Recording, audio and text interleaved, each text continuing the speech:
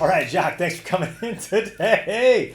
Woo, what a day. Well, we've learned a lot. We had a little discussion before we started, so I started to pick up on a few things. But we want to start, obviously, we have Jacques Izard here, who works at the Izard.org. That's your website. But actually, the Izard Labs, that's out of UNMC in Omaha. He also is, we call it, you're part of the Food for Health Center in Lincoln, which is, one more time. It's a center, meaning from the University of Nebraska, like the Frederick Portion IBD Center. I mean, those centers have the ability to regroup individuals with the same interests, and that facilitates seminar series and funding opportunities. Well, thank you for joining the, we've decided to name it today, the Tiiga podcast. Brought Jacques on here. He is a microbiome expert. But the reason I met Jacques originally was he did some work with the Baobab fruit itself. So I have everybody kind of shake it and feel it. I don't think you've ever seen one of these before, correct? And it's just a unique fruit. And like I said, we always like to show the guests the Baobab fruit. He had done some research on the actual fiber within it. And so I want to describe a little bit about what your lab does to start, and then we'll kind of go from there. So the Izard laboratory leverages a multidisciplinary approach to obtain a greater understanding of microbiome function. But it's to empower everyone to nurture a supportive microbiome. The research topics are centered on the human microbiome along the digestive tract. So the first question I want to ask is the human microbiome along the digestive tract. So for people who don't understand, which is me included, the microbiome, explain that as well as the digestive tract. What exactly are the components that make up the microbiome as well as the digestive tract? Let's start there. Okay. The microbiome is an ensemble of biological elements that include bacteria. E. coli, you may have heard that one. That includes fungi. That's also part of your cheese that you may enjoy. And viruses. You may have heard about certain viruses that exist on certain cruises, but there are also viruses that are called for bacteria, which are very useful for managing bacterial population. So then when we think of the microbiome is the entire system, but then we also delineate that from the digestive tract, which would be the entire length of it. Because how long, because you focus on the upper GI tract, correct? So explain how that tract, how we can think of that tract as a layman, right, in layman terms. How does that function, and then what are you specifically studying? Okay. Think about the mouth at the entrance. I would not describe the other end. All aware of it.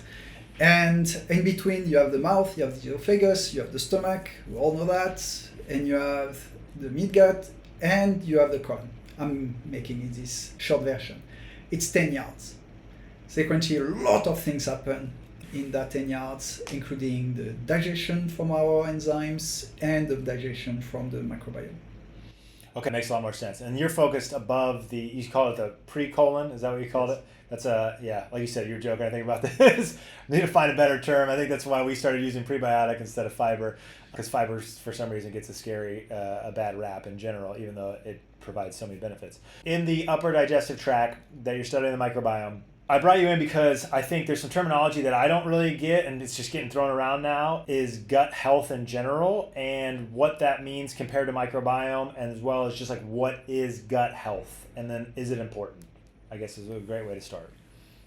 Well, when our digestive tract is not happy, we are usually not happy. Consequently, gut health is a big deal. Basically, there are multi-levels of gut health. The best level to be, it's totally healthy. We don't think about it, everything functions, no idea what's going on. A second level, which is very discreet, is probably only in research cases we pay attention to it. Something is a little bit off, like a small leaky gut issue or some food sensitivities we are not fully aware. Another level, which is a functional levels where people have gas, farting, if you are wondering, and who have food allergies, strong food sensitivities. Those things are noticeable, but they are not something that will stop your day-to-day life. And the next level of issues, which is much more critical, is when you have food poisoning, where you may have a recollection of may happen for the next few hours, or you have chronic disease like IBD, intestinal bowel diseases, or IBS, intestinal bowel syndrome, where you have chronic disorder that are really a problem, continuous problem. And in the Potion Center, we are focusing on the IBD component. You kind of explain exactly what it is, but how do we measure the health of someone's gut? Is there a way to measure that, or is it completely arbitrary and like trying to understand, is it basically just how they feel? Or is it, yeah. Usually people deal with their gut health. Like when it's a problem. It's a problem. Thus, in that particular case, your traditional physician, your gastroenterologist, or any other specialist, because sometimes those gut health don't start really in the gut, it's something else that's happening. And might be linked to the gut health, like liver function, things like that. We go when there is a problem, and what the beauty of the wellness movement is trying to be preventive about those issues and improve mobility, nutrition, for example. That makes a lot more sense. There's ways, you're measuring it in ways, but the general idea is to try to improve it. Like I said, for me, I'm like always thinking like gut health, but obviously if I have something wrong, I have a bad gut, but it doesn't mean I also have a good gut, right? Mm-hmm. What are you guys researching to understand why someone has a better gut? It can't strictly be that they just have better bowels. It's energy, it's a complex array of reasons, correct? Why? Yes. When you are going 10 times to the bathroom in one day, something is off.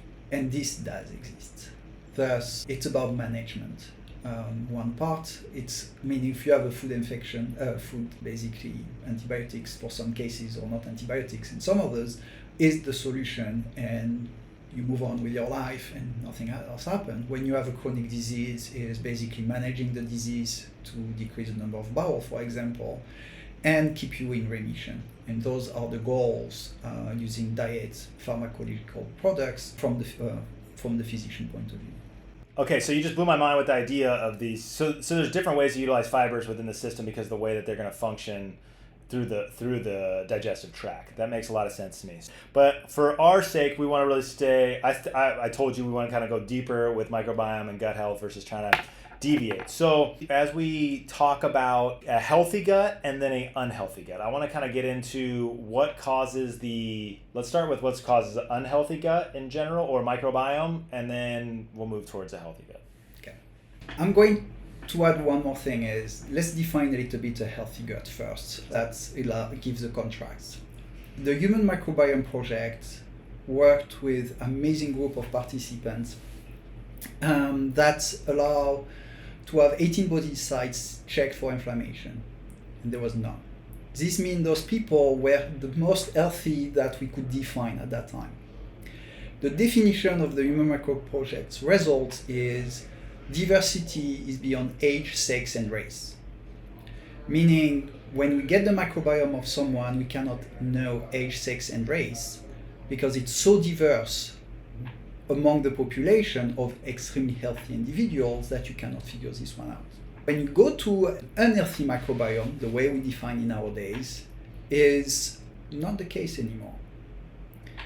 Not that you can identify who is behind the sample, but now age starts to play a role, sex starts to play a role, and sometimes, very rarely, race may play a role, which is often due to diet.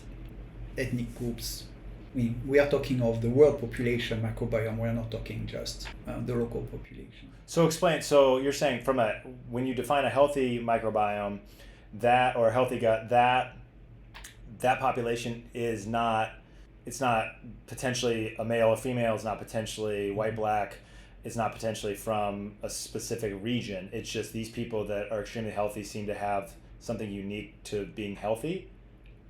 Diversity, meaning that they have plenty of different bacteria that crossover in some cases or not crossover, meaning there is no true core biome. You see that sometimes on the internet, but there is no true core biome where you need to have this one, and this one, and this one to be healthy. Got it, because each person is going to have that differentiation. So yes. When researching this, does the diet of those, like the location that it's happening, really, that's what we're studying as well then? Or is that completely separate? You have to. You have to, okay. Because it is going to influence how much protein you get, how much fiber you get, how much polyphenols, blueberries, raspberries, and other fruits. Explain polyphenols, because I'm going to be honest.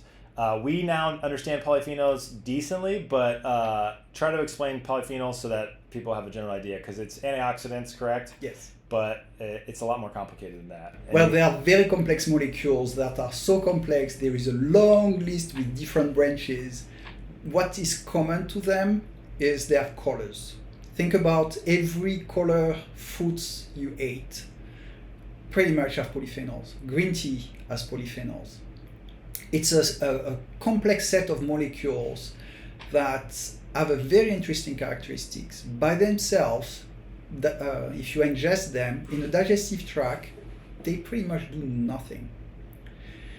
Except that they may kill some bacteria, change a little bit the population here and there. When the bacteria start to digest them, they become active molecules that are absorbed. They were not absorbed before. They are absorbed in the blood, and they circulate in our body and do several things we still try to understand. One of the things is they help cardiovascular health. So the Baobab fruit has one of the highest polyphenol counts, and I don't try to bring this up because I just want to sell Tiiga. I never understood, and I still think it's a really hard thing to describe to a population, that you're ingesting a product with a ton of polyphenols. These polyphenols don't get digested, and all of a sudden they get absorbed specifically, and then they run through the bloodstream, and then they're doing wonderful things that you can't really articulate. You can't see direct results correctly. These are the interesting part about talking about something that's so complex, is that it doesn't have that specific result, right? Like we were talking about psyllium husk last week a lot, or just fiber in general. And when you have more fiber, right, especially a bulking fiber, your stool will be thicker, right? Like there's a very direct result. And I've just found polyphenols extremely interesting. They're so unique and they do so many things, but there isn't a way to describe how they're really going to help you.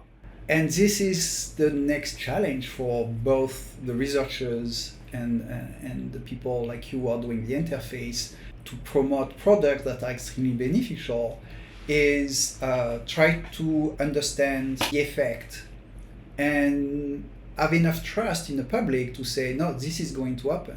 We know that for green teas, or in fact all the teas, but green tea in particular, where there are many studies available showing that it does improve a lot of aspects in life, but it's not the instant. And this is the challenge, is how do you promote something that is not in a second?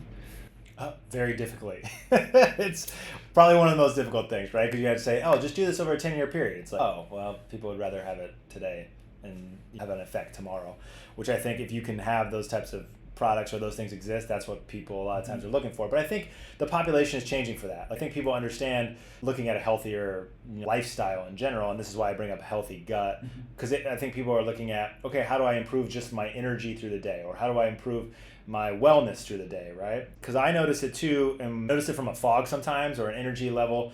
But so you have the microbiome, you have food digesting through the microbiome, it's picking up the things that our body's not absorbing, but there's a thing that's gone around a lot with the gut-brain connection, or I guess we'll just start with the gut-brain connection. So just discuss this. I have no idea how to even ask the question for this. Well, this is the story of the layers and the scales.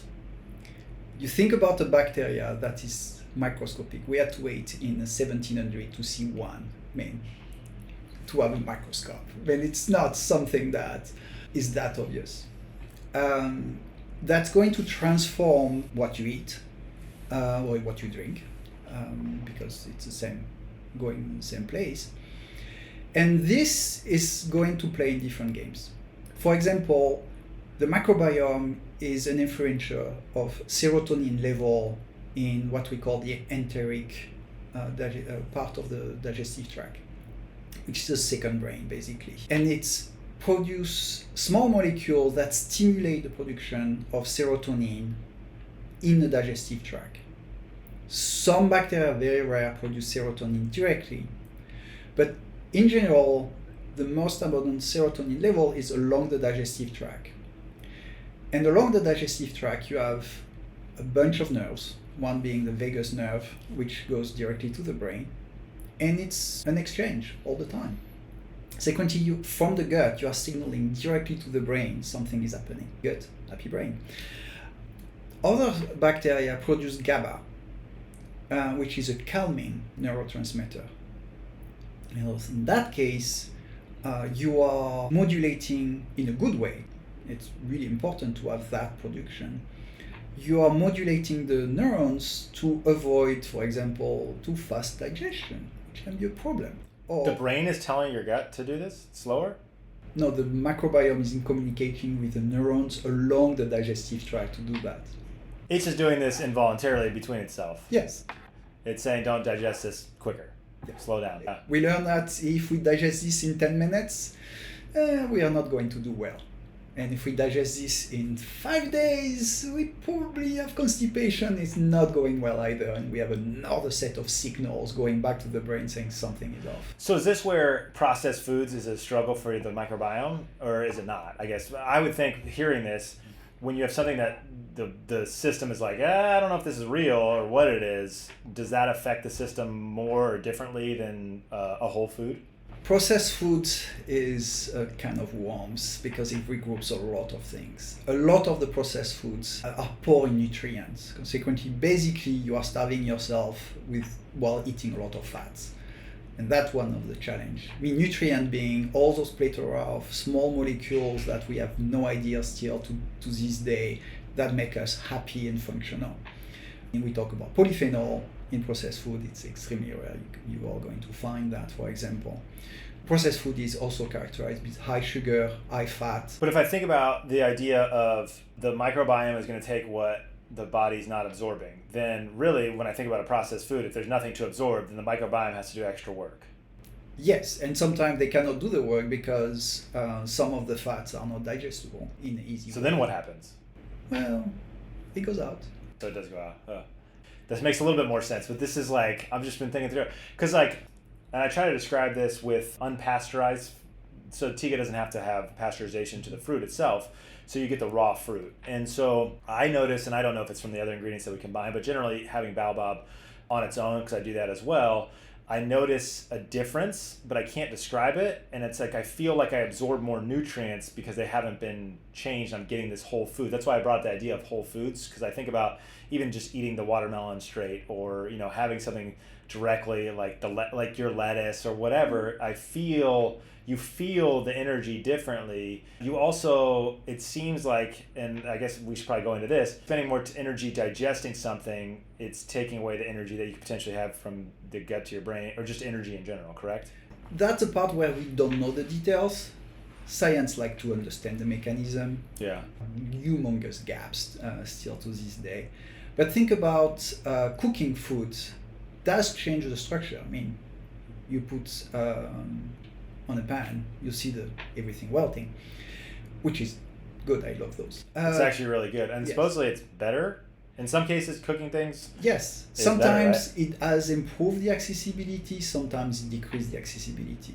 Is that okay? So improving or not improving, is that based on when it gets into the microbiome, the way that the body can absorb it? So like if you cook spinach, right? I think about the spinach like in the we'll call it like the lettuce wall or the wall of the leaf going in might be more difficult to digest, whereas once it's cooked, it's like broken down the wall, and then maybe it's easier to absorb. This is completely hypothetical, but I'm saying this is kind of... The overall concept is beyond, yes, correct. Got it, okay. But don't forget, if you enjoy your food cooked or in salads, it's what's more important is diversity and enjoying the food, because when you enjoy your food you have a smile and then you feel better. So then, okay, diversity part, which goes back to the diversity of the microbiome. What do you mean by diverse in that sense? Like trying to get all the different nutrients, but explain that in like you guys have seen so far on what kind of creates that, I would call it happier microbiome or happier gut. Or you have the diversity because you have the list of bacteria, and you see on certain websites or in scientific journals, PubMed from the National Library, American National Library is a fantastic resource where all the public can access publications. Most of them have a list of bacteria that are, oh my God, completely unreadable. But this is the name of every single bacteria. Those bacteria, you need to think then at two different levels.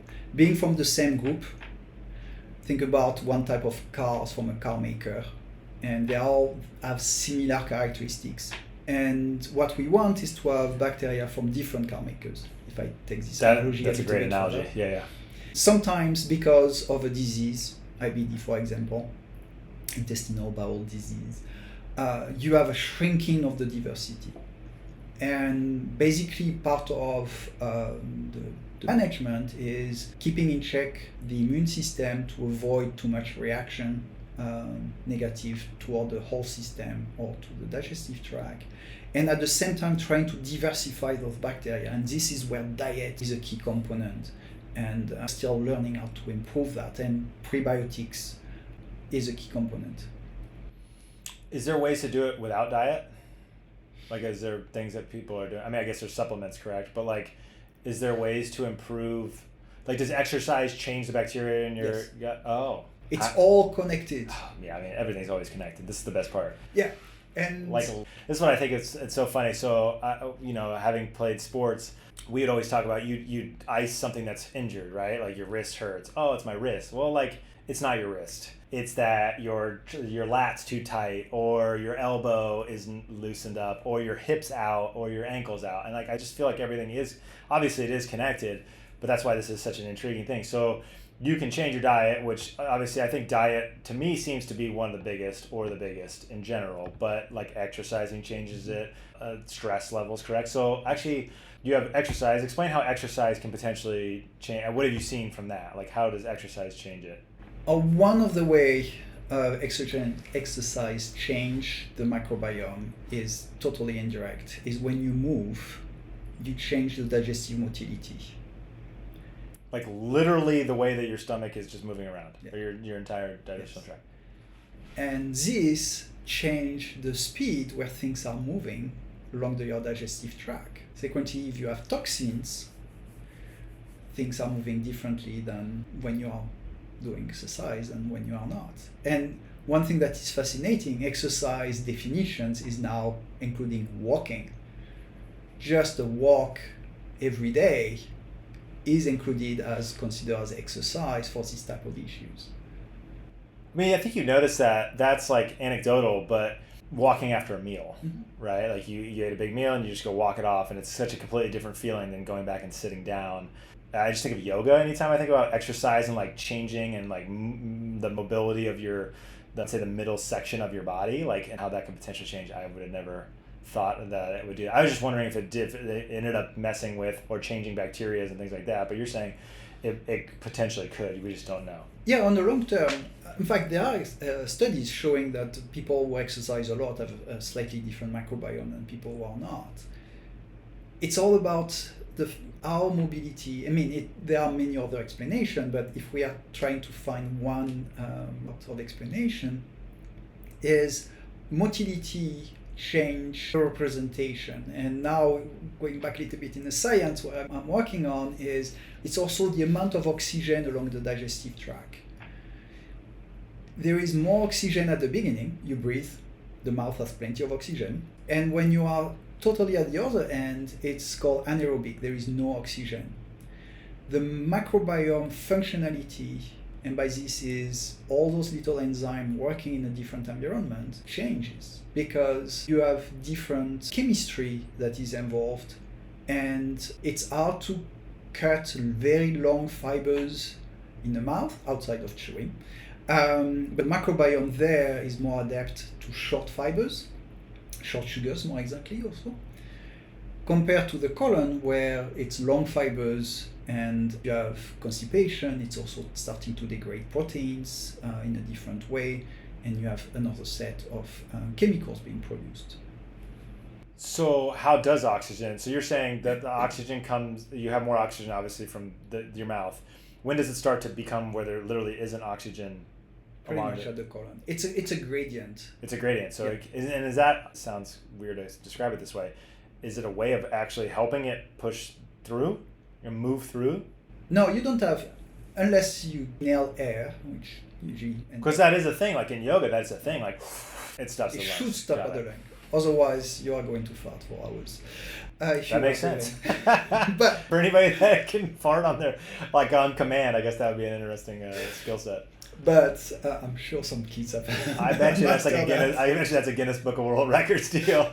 Hold on, and then just fart. But this is the beauty of body. There is this segmentation, this functional, practical. No, it's more, think about the access of the amount of oxygen that is in the food. All the food is rich in oxygen. All the cells of the plants you are eating or animals you are eating do have some amount of oxygen. Consequently, this oxygen dissipates through the digestive tract by just absorption. There is nothing magical about it. And it's decreasing along the digestive tract. Okay, so the oxygen, everything has oxygen, it's slowly dissipating throughout. But I guess the reason for researching this is to understand how the body's pulling it out, or how that's affecting your microbiome health. Yeah, the microbiome can work in different environments, but some bacteria don't like oxygen, some bacteria of the colon in particular, and some bacteria don't like low amount of oxygen. But the bacteria that usually are the stomach and the colon are like, I can function in both environments, I can deal with that. And they have literally either two systems functioning either or they are adapted to function in very low oxygen and are extremely metabolically active. And by this meaning they can chew whatever food there is around. Is that making you feel different because it's the way that it's working? We are still figuring this one out. This is why this is one of the most complex areas, and I think there still needs to be that's why you're doing your research. It's crazy how long it probably takes to get definitive, not even definitive, but relatively definitive understanding, correct? Yeah, studies take years. Yeah, years, especially in this, it seems like. I mean, it's one thing when you have recruited your participants, which we should thank all of them because it's a dedication and we are greatly appreciative of that. We get the samples, we do the analysis, and in nowadays, the complexity of the data we are acquiring, we're talking of terabytes of data. Wow. Well, it doesn't happen in 5 minutes, let's be honest. And after you realize that we've collected information about the diet, we have information about the bowel movement, for example, we have collected information about mental health. All of that is connected, and we have to figure out if this is connected or not in your data set. So they have a specific diet, or they're running their own, kind of just everybody has their own diet? Choice. So everybody has their own diet. I have done both, where people use their own diet, and where, in that case, we worked with a company where we let people choose their own diet. Basically, it's one of those online companies where you order the food. But the advantage of that, we ask them to eat only the food that they ordered, plus the snack they want, you just have to tell us which one. Where we control, for example, what the food is. There is less variation. And there are some situations which require a very different structure, where basically you provide everything that they are going to eat. Yeah, that seems very complicated. Yes. And then, okay, so then you're judging and I assume that these people would say the one that everybody's eating the same thing. There's still going to be tons of variation within the bowel movements, and then there's going to be tons of different variation in mood, correct? And so this is leading back to the idea that the way that we're absorbing or the bacteria are completely different based on each individual. Oh, this is where the genomics level enter. We talked about who is there, basically. And there is a technology called Metagenomics that allows us to understand all the genomes of those bacteria. And I'm smiling when I'm saying that if we understood all the genomes of those bacteria, we'll be out of a job already because we'll figure this. And we'll be very happy, to be honest with you. But we understand the functionality, basically the tools in a garage. We know that some people can do this, some bacteria can do this, bacteria can do that. And then you can associate those levels. And what we are figuring out is, for example, we were talking about polyphenols. You need a special set of tools. For certain fibers, you need another set of tools. Consequently, you can start to figure out let me rephrase that. You can start to figure out the other data you collected, bowel movement, mental health, and many other things we collect to try to understand the data in the diet. I was going to forget that. Is there an effect of that particular food in function of the presence of the tools. And a way to access that in a very simplistic way is to provide one fiber, for example. And you provide one fiber and you see if the tools, presence or absence, make a difference. Are you happier if you have this fiber because you have those tools or not? And the answer is often yes. This is fascinating, and it's complex, and it seems very individualized, but you're trying to make it less individualized and try to really understand. So then when you ask this, why is a happier such an important aspect of it? So obviously you have, are you going to the bathroom effectively or feeling better doing that? And then the other seems to be you generally, if things are functioning correctly, your mood actually changes. Mm-hmm. Okay, explain how the microbiome is affecting your moods. It's all this cascade. If you have the right tools and the right fibers or other ingredients on your digestion, and you produce the right chemicals, your digestion is going to be smooth. Communication with your second brain is going to be active, and you are going to have serotonin production, for example, which is going to have plenty of effect both locally and in the brain, because there is this communication among for example, the vagus nerve. And the next step is a more systemic, by systemic I mean it goes through the blood, consequently it goes everywhere. And that's where we often don't know exactly the details because it's going on. It's running through the entire body at that point. The entire body. Usually we look at cardiovascular health as one of the markers. I found this interesting because I was talking to somebody a while back. He's a chiropractor who focuses specifically on children's well-being through gut health. Because there's a lot of, call them chronic diseases, I don't know what you'd call it, where you have people that have potentially attention deficit disorder or other kind of behavioral issues and things like that. By changing the diet, ends up eliminating these types of things. Yeah.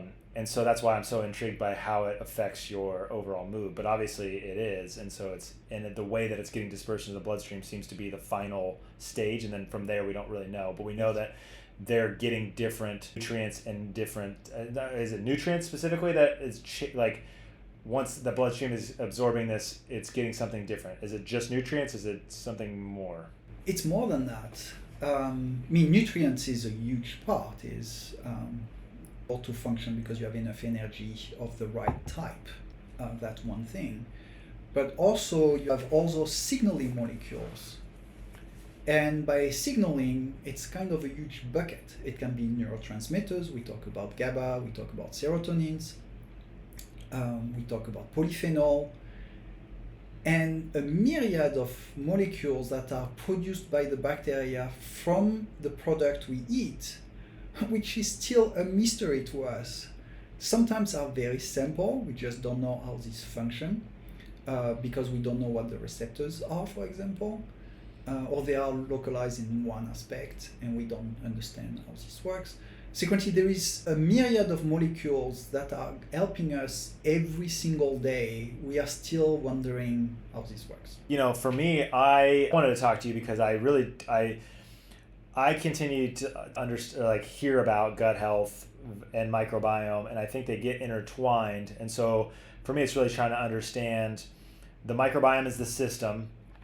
Gut health is thinking about whether the system is generally good or bad, correct, mm-hmm. or functioning well, or it's wellness, right? It's based on the wellness side. So the microbiome is the overall system. So then trying to understand now how that's affecting your well-being, which is the gut health. Okay, so within that space, you have the positivity side, but I did know that we wanted to broach this and talk about this a little bit. It can also provide negative impacts. Again, like I said, with the diet, with ADHD or just anxiety, depression, things like this. How just working in the same way, just working the other way, and then we should approach this with the thing is 988 is a suicide health line for anybody that's dealing with this. So that way we touch the subject very sensitively. But it's also running and working the same way, just in the negative form. Is that? Another way you can think about the microbiome is as an added organ compared to the list we traditionally go. Thus, we And the organs, if you think about the liver, it's connected to everything. It's connected to the blood, it's connected to the system, nervous system. And we need to nourish the microbiome, which is kind of a recent acknowledgement that... I would say you guys have been studying it for over 20 years, yeah. But the microbiome as people carrying what it does lasts 3 to 5 maybe? Yeah, pretty much. And it's kind of like the challenge is, it's obvious, it's there. It has been there for, depending how you consider evolution, a few 100,000 years for Homo sapiens. But at the same time, we have done a huge shift in our diet since the Middle Ages. It's not, we had multiple shifts across the time. And when we talk about mental health, when we talk about chronic diseases, there is no magic pill. Sometimes it is. Let's be clear, pharmacology has done amazing things. And I would even go further, is antibiotics are fantastic because most of us would be dead by now if we didn't have them. But it is really interesting. Explain that really quick, what happens when you take an antibiotic, right? Because I noticed my gut changed completely. Explain that really quick. Oh, depending on which antibiotics, some are more specific, some are broad range. They are going to decrease the amount of bacteria, the general population, and with the idea that some of the bacteria that are still there are going to kill the other one. And it's what they do in the digestive tract.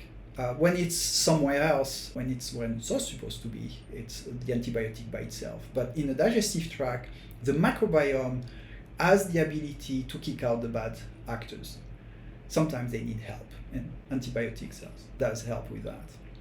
What happens is you have the population that decrease, and when you stop the antibiotics, the population increase. Well, you may not want to use probiotics at the same time you take the pill of the antibiotics because you basically are trying to compete. But probiotics will help stimulate resourcing of the immune system and the microbiome after. So you're saying if you take an antibiotic, I'll give you an example. So I had to replace a tooth, which sounds crazy, but I got hit in the face when I was young, playing baseball, lost a tooth over time. And so during that time, I have to take an antibiotic. And I'm taking the antibiotic. Obviously, it's starting to mess with my digestive system. But taking a probiotic at that point, while I'm still taking the antibiotic, is competing for the correct bacteria within your system, correct? Well, think about competition. Is you put something that killed bacteria and you add bacteria. Consequently, which bacteria you want to kill? The one you don't like or the one you want to work with? Interesting. So then really you have to kind of just go through the process while you have the antibiotic, and then afterward you can start to build back up. I know people differ on that, but on the microbiology point of view makes more sense to me. That makes a lot more sense, because otherwise you're just competing within the microorganisms. So that's really interesting. Okay, so evolutionarily speaking, so this is one area that you start to fire me up on, because this is an area that I understand more than areas that we've been discussing. So we, through the Fertile Crescent, about 11,000 years ago, we started to take wild grains and domesticate them, as well as wild animals, and domesticate them. So that was the first stage of really changing our microbiome, probably 11,000 years ago. Mm-hmm. And so that's continued to change. So that's continued to affect us. But the output of having civilization on a mass scale has also been beneficial. So it's like this balance of like you take what you, because you have to have surplus of food to have civilization. Yes. And it's the consequence is actually changing our microbiome, ironically. This is actually a really interesting idea. It has. But we couldn't go back to, there are, I guess these are the populations. So like, the Izard tribe, everybody's studying them. Like everybody in the meat eating, like the people that are carnivore diets, things like that, are studying these guys. But they eat a extremely large amount. Obviously, they hunt for food, but then they really eat an extreme amount of Baobab. I think it's roots and then tubers was like the three things that they eat a lot of. And so their microbiome was extremely different and way more diverse than, say, or I think it was Italians. And that would make sense? Or yes. It's just... But the question is, do you want civilization or don't you want civilization? Right now we are filmed by a certain type of phones, and which carry in our pockets every single day, which has many functions. It's a choice. We choose to have an evolving civilization. I mean, we are thinking of the Earth at this point. And along, some people still keep some traditions. I mean, the Scottish still eat haggis. That's a tradition. There's a lot of those types of traditions where you're questioning what people eat. But, I mean, they probably have a different microbiome just from generally eating things like that, correct? Yeah. And this is where you don't want to point to a certain group for one reason or another one, because it's part of the culture. It's when things start to go haywire, where you have chronic disease that becomes rampant and affects the large population, where you have to say something is off. And sometimes the diet, sometimes is the water source, sometimes it's something else. Well, that leads to now, right? So like I think about everything that we've done up to this point, and obviously with science, we've been able to, I mean, it was in the 1930s when like the US was so far ahead in agricultural production that all the countries around the world were trying to understand what they were doing to be able to produce food on this mass scale.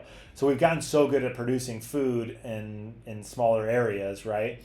But that's had an effect. And so now we're at this next stage where I would say crossroads, because we're starting to pay attention in the last 5 to 10 years more about our general health. But there's only so much we can do to kind of like go back. No one's going back to before pre-civilization. So it's like trying to manage within it. And I think this is the discussion, and this is like what you guys are trying to understand, to me, is the most important. Because it's like how in the current times, which we're not getting out of, and how with the foods that are being produced, the way that they're going to be produced, like how do you maximize within that, right? Like that's how I'm thinking about it. Exactly. I mean, we have to move forward. There are grains that are not going to grow anymore because the soil are richer or poorer depending where you are. You have to think about, we are billions of people on the earth. Consequently, transport of food becomes a critical thing. City like Beijing or New York City, growing food on roofs is an option, and they are doing that in both cities, in fact. But can you nourish the size of the population this way is something that can be discussed. Thus, we need to understand how to create diversity of food sources within those constraints. And it does take scientists looking at the microbiome, but it also takes in account the agricultural system. And there are political decisions to make food availability. And by say food availability, it's about food scarcity, because this happens in every state. But also the diversity of food. Are we going to have one type of grain? I'm making a caricature. Yeah. One type of grain, one type of carb, one type of protein, and one type of greens, for example. We know it's not sustainable, but are we going toward that? And this is the challenge of how we create diversity, maintain diversity of the microbiome by creating a diversity of diet. Yeah, I've never really thought about this. I mean, I know that people try. It's interesting because you have diets that are very specific, right? A lot of people eat specific diets, mainly culturally, but also just generally speaking out of convenience or whatever. And so that causes your microbiome to be more or less a specific way. But in the future, as we try to move forward and think about feeding more and more people, which is not, I mean, that's the deal. It's how you do it. And I think that's why the Food for Health Center, correct, is like really trying to understand alternative ways to also the microbiome, correct? And like also, I assume that's what you're doing as well. Yes. Just in general, what are other ways outside of a specific, I assume, just food sources, by understanding the microbiome in general better, we can potentially find other ways to increase its diversity continually. Is yes. that in fact, I'm in 2 different centers at the same time, and the centers are overlapping. In fact, they are collaborating with each other.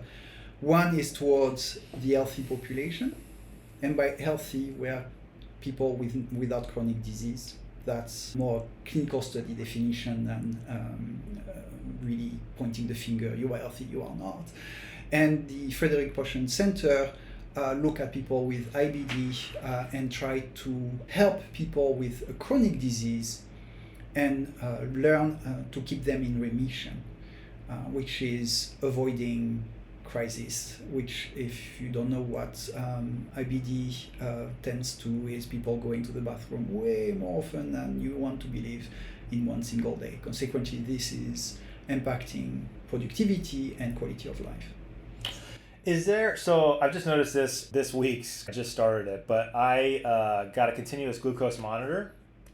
So I'm doing 2 weeks of just checking my blood sugar levels. And I did it, we want to do some testing with Tiiga in general, and then potentially Baobab fruit on its own, or just like for me, I did it for my general health. I'm 37. It's not that easy. I mean, you can go to the doctor and they can do the test every time, but it's kind of fun to pay attention to your own health. And what I've noticed is I've already started to change habits, because it's like censoring. Like I check it and I kind of get addicted to checking it, and it's starting to already change my habits of what I would do at that point in time. Is there things that you guys are trying to do to help people that have these, we'll call it the chronic diseases, mm-hmm. to help them get into remission quicker and then stay in remission? Are there techniques the same way? Because I feel like this is a technique that should be implemented a lot earlier than once you have the chronic disease. Because I've noticed the change. Like I said, I guess potentially I'm on my way. I think a lot of us, or all of us are. And so it's pretty life altering pretty quickly, right? You just see it and now you can make a change. Are there ways that people can view this and then like start to remission and keep it there? That's the idea. When you are talking with digestive disease, usually you are not talking about blood sugars. Consequently, there is not testing available in a continuous manner. It doesn't mean that the testing does not exist. Is how do you do this type of testing in a continuous manner? I was talking recently at the conference with someone who take pictures with the phone of stools. It's just fascinating, exciting. They do it for themselves, you mean? Or No, they have a business. It's a company. And there's a business for everything. By the way, that happened, just in case anybody doesn't know, I read a lot of random history books. But cholera, obviously, it's still around, especially in developing parts of the world, but it's just in general, it's still around in a lot of places more than people think. But in the 1850s in England, that's when they had one of the major outbreaks. And it's just a really interesting subject, right? Like, gets transmitted in the way that it's functioning within the body. And then they had for probably 100 couple of years, they called them, I don't know if they call them night something, and they would take because people used to throw their stool out the window, right? Or they put it in the basement. And so these places would have tons of stool in there, and that's how it seeped into the water system, and then people would drink from the well. But they used to have people to take away the poop, right? They took away the poop every day. Like, I just think about, like, there's a job for everything, right? There's something that exists for everything, and there's a company for everything. And, like, who would have thought taking stool samples through photo? But that makes a lot of sense, because I've thought about, I want to know what this tree is. Like, I should be able to take a photo, and then, boom, this tree comes up. I should be able to take a photo of my stool, and it, like, tells me, am I hydrated? Am I not hydrated? Am I lacking in the colors? This means I'm lacking in this B vitamin or whatever. I don't know. Well, the idea of that particular app is monitoring over time.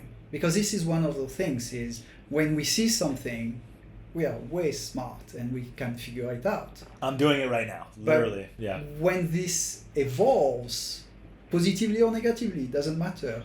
It's very hard to remember exactly what happened last Thursday evening. And those apps helps, like the one for blood sugar, figuring out if the change, like for example, diet change, is impacting. With sugar, you can have pretty much a daily reactivity because you see graphs. When it's about digestive movements, it's a bit trickier because sometimes for people with chronic disease like IBD, you can have spikes of events, cool down, spikes and cool down. Consequently, figuring out the patterns empower the individual when they are talking to their physician, saying, hey, I'm observing this, and I'm observing this when I do that, but not when I do this. And this is kind of like the next step, is adding to the physician information. My lab created a scale for people with ostomy for doing this for the same thing, not with an app, but empowering the patient to have a more informed discussion and having tools to when they start to figure out mechanisms. I think this is, one, that's amazing and also extremely important, because I don't think, we were talking even last week about preventative diseases or preventing diseases and preventative care. And I think that more and more people are researching these and are focused on these, or preventative care in the way that you already have something wrong and moving away from it again, versus just like supplementing with a pill, right? Or like in the case of some sort of, pill to make your stomach feel better for today, but it's not changing the issues of what are you eating today that's affecting this, or what are you drinking that's affecting this, or are you exercising, right? It's moving in this direction. I'm excited for it because I'm noticing it now, and I think I'm not super into data. Like, I don't look at data, but I've noticed that this has changed the way that I think about my general health. And I can only imagine it's empowering more people, because most people don't do this stuff. But I think what we found is our demographic, generally, because we do bring up fiber, we do bring up gut health in general, we bring up just blood sugar, just the idea of how to have sustainable energy and how fiber can potentially help with sustainable energy. That population has had something happen, like, right? So you go to the doctor finally. Like, I feel like below 35, I don't know, I didn't really go to the doctor, right? And it's like you start going to the doctor, and so you start having these things, but having a continuous glucose monitor, or having the ability to take an app and like take photos of your stool are empowering, because now you're in charge of your health and you're doing it proactively. And it's not that hard, and then it's giving you amazing results that you can actually make changes with. It's a unique time. Like I said, none of this stuff existed 10 years ago even. And you cannot blame the physicians, because there is no way for them to collect the data. They are not going to go to your house and saying, "Can I peek in the bathroom?" Not feasible. Consequently, that's where this personalized medicine or individualized medicine is involving people by empowering them. And I think the other thing is, you don't have to be the expert in what it's doing, right? Like, I'm just collecting the data. That doesn't mean I'm an expert. I know the numbers. I can see the numbers. But then to go understand the numbers completely, that's when you go talk to the physician, you go talk to the dietitian, you go talk to these different experts. But it's really interesting to have that empowering part of, you can now bring the data. Whereas before, you're just like, "Hey, I don't feel very good." They're like, "Well, we're going to diagnose you with this, or you have this problem." And I hope that it's happening more. And I think podcasts in general are helping with that, right? Because people now can take an hour and listen. Because before, a lot of this data, I think your type of information, you could find it, right, if you research deep into the internet, but you can't go to a class when you're discussing this issue, right, and like sit in there. Whereas now I think this space is starting to become bigger. So that was it for me on questions, generally speaking. Do you have anything else that you kind of wanted to add? I did want to bring up that you can donate at izard.org, right? Or you can go on to the Nebraska Foundation, UNMC website, and then they can go find your link in there. Is that correct? It's a little bit more complicated. You have to contact the foundations, and from there they will create the infrastructure for the gifts. Yeah, so I wanted to present that, because I think that's important. If people want to, I know that more and more people are focused in this area, and if you have a desire to donate to it, I think anybody should. Other than that, like I said, Jacques, thank you for coming on. This has been extremely, I would say, fascinating, but also just intellectually stimulating. This is the stuff that I want to know, and I hope that other people want to, because it is deep and complex, but it's also things that I think moving forward are going to become commonplace. I think these are the things that people are going to be talking about every day. Like, "Hey, you're looking a little bit this or that." Not in a bad way, just like, "Hey, I've noticed mine's changing." I appreciate you taking the time, and I look forward to talking again soon. With pleasure. I'm honored for the invitation, and I greatly enjoyed the moment. Thank Awesome. you. Thanks, Jacques. Thanks, guys.